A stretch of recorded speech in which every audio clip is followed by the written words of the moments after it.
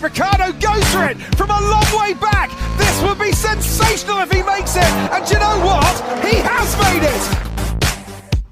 Smiles will be out at 18 years and 227 days old.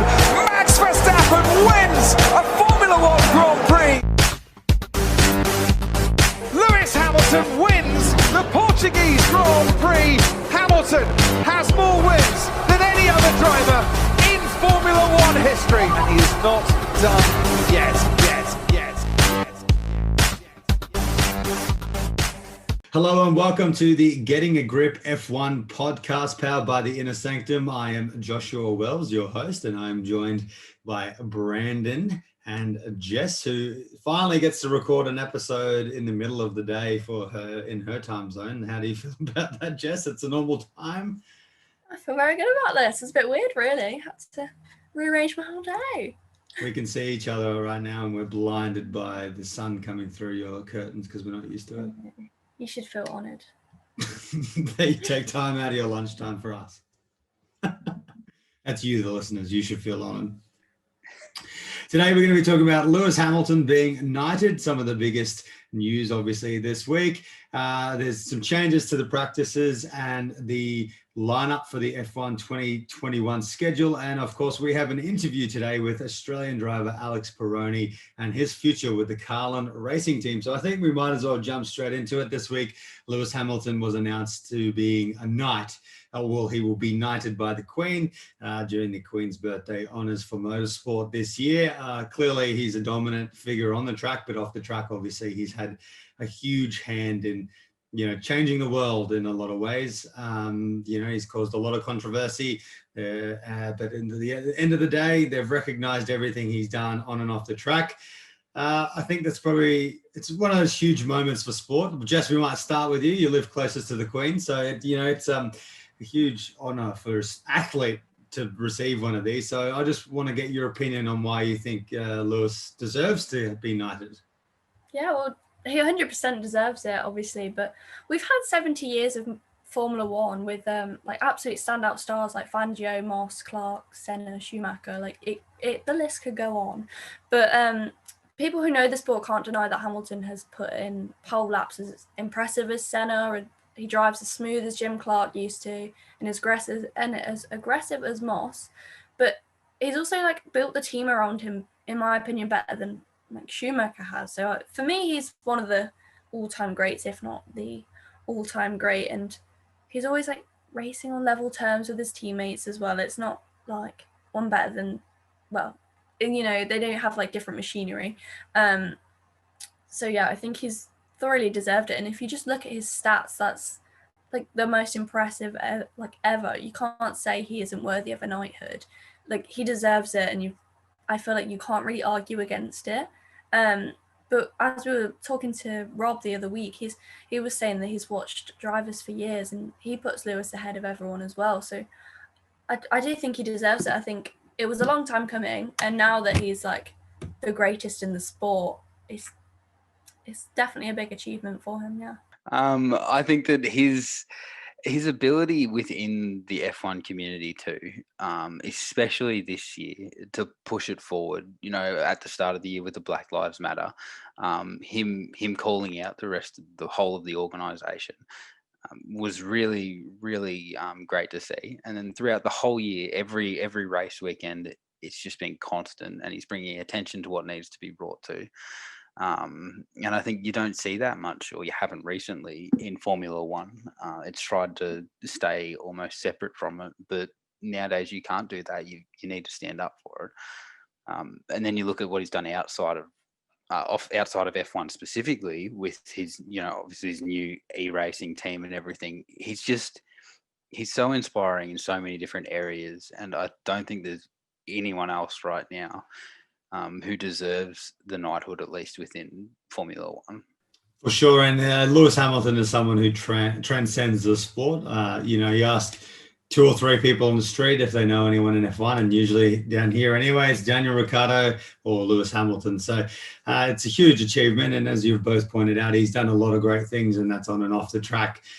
Particularly for me, seeing the Black Lives Matter and the End Racism campaign, I think that was probably one of the best things I've ever seen in sport, one of the best movements, and it really created conversation. And our good friend Jess Fisher here wrote an article actually about how insane it is that someone like Nikita Mazepin can be signed to Haas, but Lewis can be investigated by the FIA for a T-shirt regarding a political statement. But it might be a good time to bring up that we've made the decision on the Getting a Grip F1 podcast to make this podcast the last time we will ever mention Haas driver Nikita Mazepin. We will be applying a blackout rule. I think we all disagree with him remaining in the sport, and I think a lot of people around the world as well.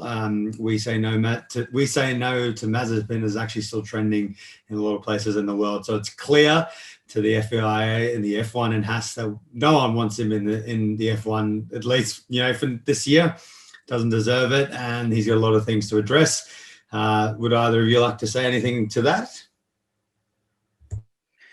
No, I think I agree with everything you're saying there, and I don't think someone who's done what he has done consistently deserves to be covered in general and deserves to be in the sport. Yeah, I definitely agree. I don't think he should really be given any more publicity for what he's doing. So I feel like we've covered it quite a few times in previous podcasts, but no, definitely agree with our decision. So there's changes to the weekend structure in 2021. Friday free practices are now going down to 60 minutes, down from their 90 minutes. Saturday will remain at 60 minutes, while qualifying will remain the same. Interestingly, they will keep the 3 practice sessions, despite talks that they may be losing one. But this seems to be a decision to support the W Series F2 and F3 to be front and center on the tracks that they are racing on. Obviously, W Series will be appearing on 8 race weekends for the first time, and now accruing super license points, which makes it an F-way pathway, which is super awesome. So let's hope someone like Jamie Chadwick is in there one day soon. But Jess, what do you make of these changes to the Friday free practice? Obviously, taking a little bit of time away from the drivers. Do you think it'll have any impact? I think it was this year's Imola that we saw one less session.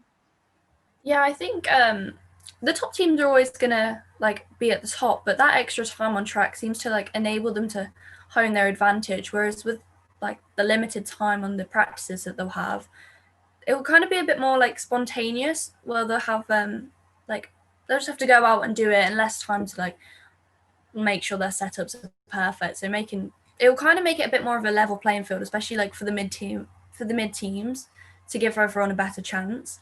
And I think going back to Australia 2019, Mercedes had been accused of sandbagging all testing, but the reality is they were struggling to find the balance until practice 3, I think it was, in Melbourne. So I hope I said that right.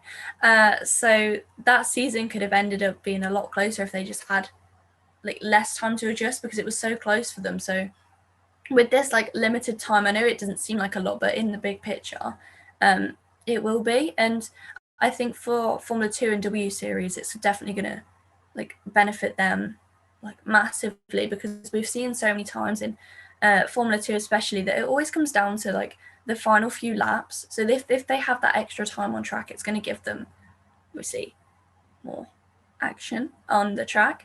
And from a tactical point of view, it opens up the opportunity for 2-stop races potentially, because in Formula 2 the tyre degradation is kind of one of the main issues, because it's happened so frequently.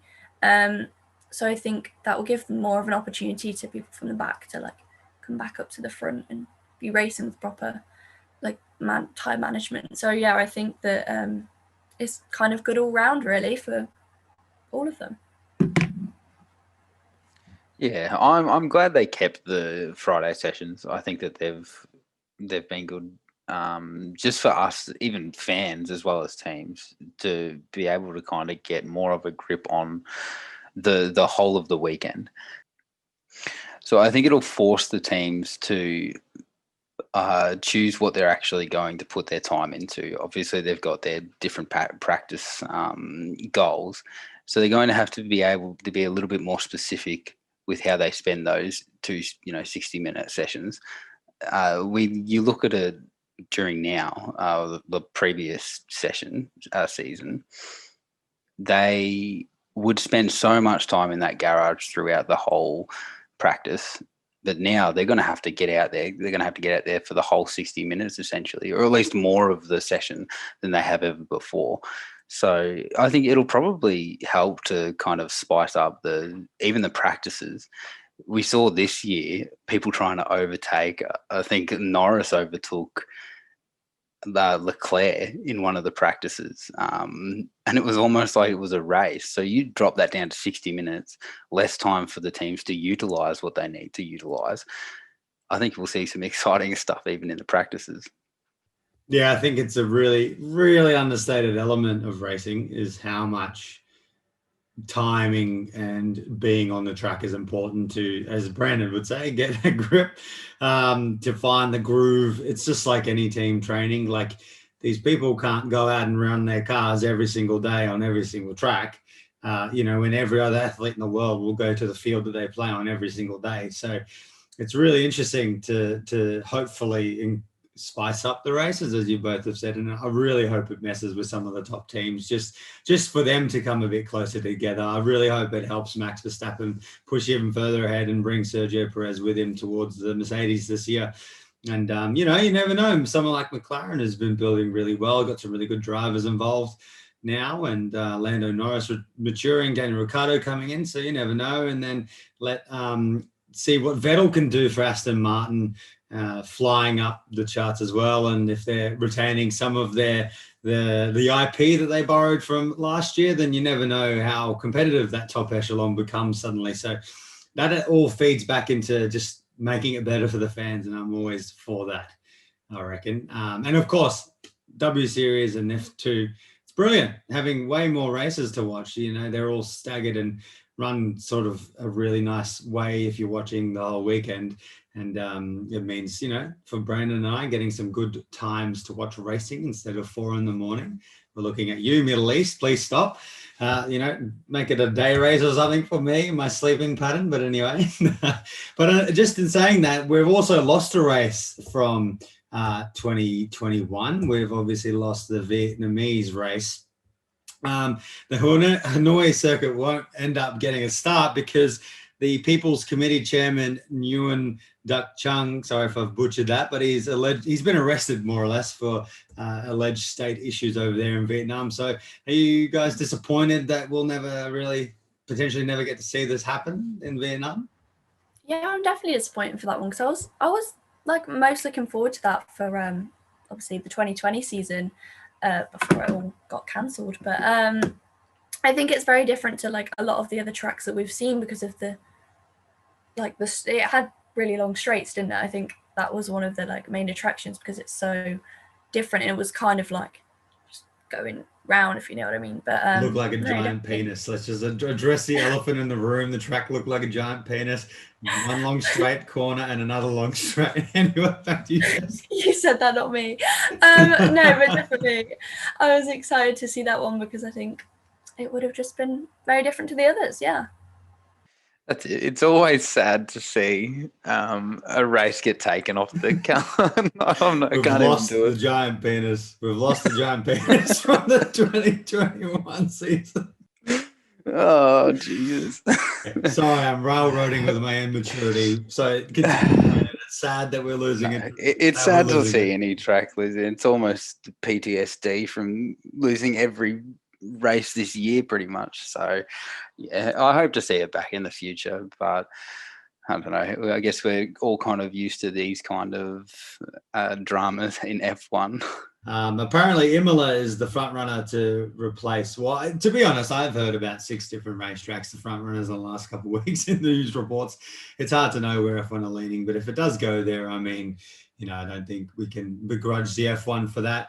I personally, I don't know why, I just had this weird attachment to Austria. I was really hoping we get another Red Bull ring, but that's not happening. As a make the Red Bull ring 300 laps or something. That'd be fun. But there you go. So we've lost a race, but we've also lost Alex Peroni, the Australian driver, to the Formula One system. Alex Peroni from Hobart in Tasmania. He is on his way to the Indy Lights series with the Carlin Racing team. Great. He's been through the Formula 4, Formula Renault, Formula 3, and, he's done it all. He's got a few podiums. He's had, one of the world's most viewed crashes, unfortunately, for him as well. So he's sort of been up and around the news. So it was really interesting to see him make the announcement going to Indy Lights. And I'm, for one, I'm pretty excited to see what he can do, whether he can push his way up to the IndyCar series, which is obviously one of the world's most renowned competitions as well. So we actually have an interview with Mr. Peroni. Our interviewer, Ellie, from the end of Sanctum, has touched base with him to find out what's going on. So we'll throw over to Ellie now. So you don't mind if I record this interview as well for a podcast that we're doing? No, that's fine. All right, perfect. So we'll get started. So looking back, so what were some of your career highlights from go-karting in Australia? Oof, right back. So I started when I was 7, raced in Australia for a few years. I'd say probably some of the state championships and the national championships, getting on the podium back when I was 10 or one of those early years were good. But to be fair, don't have a lot of highlights from karting in Australia, but probably those podiums at a national level. Awesome. So when did you realise you were going to need to move to Europe to pursue your career in racing? To be fair, my dad's I was at that age, I was just kind of along for the ride. Obviously, always wanted to be a Formula 1 driver, but I never, knew the pathway or how to get there.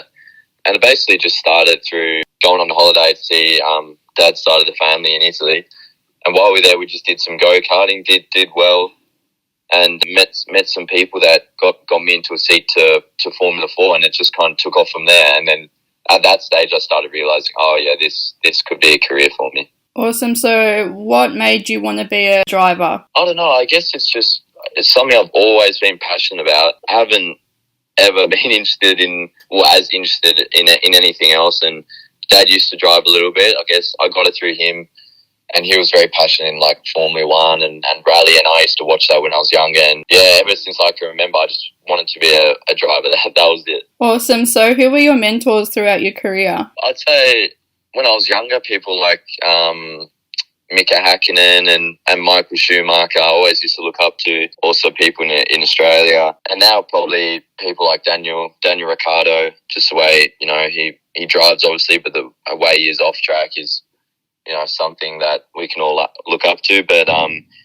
definitely Michael Schumacher was probably my biggest one when I was younger. Awesome. So I believe you got into a nasty crash over in Italy last year. Oh my goodness me. That is a horrific sight. Very serious crash for Alexander Peroni into the fence. And Alex Peroni is out of the car. Dr. Ian Roberts with him there. And that is so good to see after an extremely violent accident. So what was the recovery like for that, both physically and mentally? Yeah, that sucked. That was a pretty big one. And to be fair, not sure if you've seen it, but I was pretty lucky to walk away with relatively minor injuries and make a full recovery and be able to race this year. So I just had to be in a back brace for 3 months, and it was probably harder mentally, not knowing if that was the end of your career and what was going to happen, because obviously you didn't know if that was it, couldn't race, and so that was hard, but it's all good now. On the back of that, what was it like to get back into the car for the first time after you recovered? No, it was pretty normal actually. I didn't have any PTSD or anything. And to be honest, all I wanted to do was get back in the car, and that was going to make me feel relatively normal. And it was actually the best feeling ever. So it was pretty cool. Awesome. So what was the feeling like around your first F3 podium? Oh yeah, it was good. It was good, especially after that was my first race back after that big crash. So to come back like that was pretty cool. Obviously, you're always you're not really satisfied unless you're winning, and at the time I was just kind of trying to stay calm because, it's a long championship, and I was still super stoked to come back and get that podium. What was your experience like racing this year, obviously during COVID? Yeah, it was weird. Like, we didn't know if the championship was even going to happen. I was in Australia, and Australia was in lockdown as well, and we were just waiting for news if it was even going to go ahead. And luckily it did, and it was a crazy season. We had 10 races in 11 weeks, or something similar like that. And like 25 COVID tests I think I had, and bubbles and quarantine. It was weird, but to be racing was just cool in itself. Awesome. So you won the Peter Brock medal. What was the feeling like to win that? Oh, it was so cool, and it came out of nowhere as well. I didn't expect it, and to get that call and to say that I won it was really cool, and to be nominated by people in motorsport and to be voted, I think was it's a nice feeling. And Bev Brock did a really nice little paragraph about me, and it was really cool, and got a lot of Australians that didn't know me, started following me because of that as well. So it was really cool, and nice to get that validation. Tell us about your move to Carlin and what that means for you and your career. Yeah, so it's a completely new career path, shall we say. It's kind of off the track to F1. Yeah, it's going to be a whole new experience, new country, new car, new tracks, and really excited to be racing with Carlin.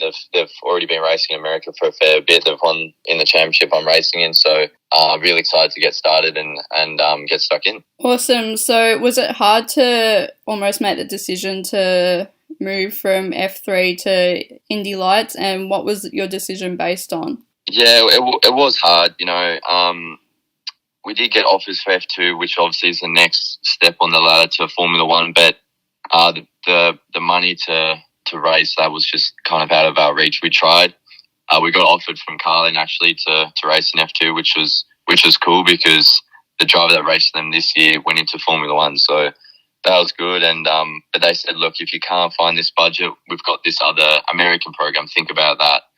And that was more attainable for us. And honestly, I think it's a smart move as well. It's easier to make a career over in America than trying to get to F1. And I think it's good for me and the team behind me. Awesome. So what are your goals for next season?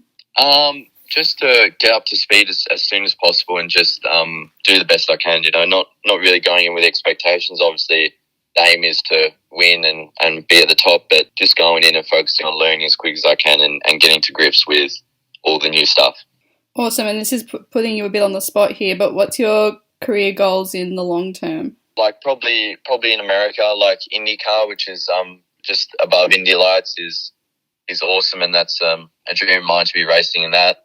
The F1 door isn't completely closed, but obviously that's not the target anymore. But yeah, just to be professional in America and say a championship like IndyCar would be amazing. Awesome. So that's all from me. Thanks for taking the time out of your day to chat. No worries. Thanks, Ali. Thanks, Ellie, and obviously thank you, Alex Peroni, for giving such great time with us, for getting a Grip F1 podcast and being so open with those answers. I hope he does really well over in America. What do you guys reckon? And I hope to see him back, or at least succeed in IndyCar, because I think he's got immense skill, and to come back from a crash like that is incredible. So I wish him all the best. Yeah, I'm really excited to see what he can do in Indy Lights. Like, I think it does add additional interest when we've got drivers we know from other series in IndyCar, because otherwise I find it quite hard to follow, like to know who to support, I guess you could say. So I think it will be good to see him in that and add additional interest. But no, yeah, I'm really sad that he's not going to be in like the road to F1 anymore, or the straightforward road to F1 anymore. But it should be good to see him in IndyCar and hopefully one day get back there. So yeah, good luck to his new venture. Let's hope one day he wins the old Indianapolis 500. That'll be a good time for Australian racing as well. Let's hopefully he goes over there and smashes it. I think everyone's behind him. And as Jess said, I've never really even thought about watching the Indy Lights, but suddenly I'm pretty keen to watch him go around, just because I really enjoyed watching him in the F3 this year and was hoping to see him in F2, but that's not to be for now. So thanks, team. Thank you very much. Happy New Year. What's your goals for 2021? Do you have anything special you want to add here? And, it's an open platform. What's your resolutions, Jess and Brandon? Oh, I don't really have any. I don't know. You've thrown that on me. I guess Watch more racing. Get into more racing series, I'm going to say. That's a good one. Thank I think I'm just going to watch more Daniel Ricciardo and Norris videos. That'll probably be my New Year's resolution. Looking directly at you, McLaren social media team, you know what to do. All right, guys, thank you for joining me, and we'll be back next week for a new show. Thank you for listening to the Getting a Grip F1 podcast, powered by the Inner Sanctum. Ricciardo goes for it from a long way back. This would be sensational if he makes it. And do you know what? He has made it. Smiles will be out at 18 years and 227 days old. Max Verstappen wins a Formula One Grand Prix. Lewis Hamilton wins the Portuguese Grand Prix. Hamilton has more wins than any other driver in Formula One history, and he is not done yet.